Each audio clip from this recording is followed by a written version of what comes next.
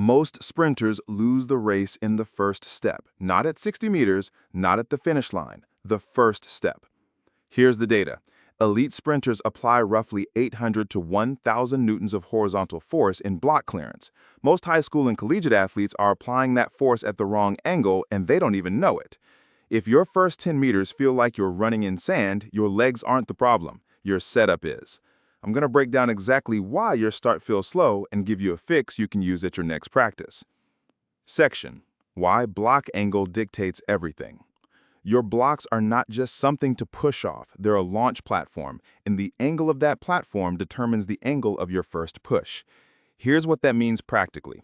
If your front block is too close to the start line, your knee angle gets cramped, typically under 90 degrees at the front leg, which means you can't fully extend and you can't generate maximum horizontal force.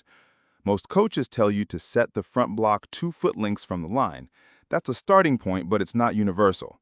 What actually matters is that your front knee sits at roughly 90 degrees and your rear knee is around 120 to 135 degrees when you're in the set position. The pedal angle matters too.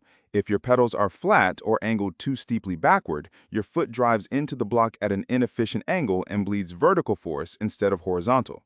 You want enough pedal angle to fully load your ankle, but not so steep that your heel lifts off before the push is complete. Section: The shin angle cue. This is the one most athletes never hear until they get to a high-level program. When you clear the blocks, your shin should be angled forward, roughly 45 degrees relative to the ground on that first ground contact. That shin angle tells you everything about whether you're pushing horizontally or just popping upright. If your shin is vertical on first contact, straight up and down, you're already in an upright position, which means you've transitioned out of acceleration mechanics before you've actually accelerated. You're losing meters. Elite sprinters hold that forward shin angle through the first 4 to 6 ground contacts. That's not a feeling thing, that's a posture discipline thing. Your torso should be at roughly 45 degrees off the ground as you exit the blocks and gradually rise, not pop up. Practice cue. Think about pushing the track behind you, not pushing yourself upright. Section: Drive phase posture without a coach. You don't need a coach watching you to train this. You need a wall and some cones. Drill 1. Wall drives. Stand about an arm's length from a wall, lean into it with straight arms, and drive your knees up alternately. Your body angle should be roughly 45 degrees. Feel where your foot strikes. It should be underneath you, not in front. Do 3 sets of 10 reps each leg, focusing entirely on keeping that forward lean. Drill 2. Block clearance bounds. Set up 3 cones at 1 meter, 2 meters, and 3 meters from your block. Come out of the blocks and try to land your first 3 ground contacts before each cone.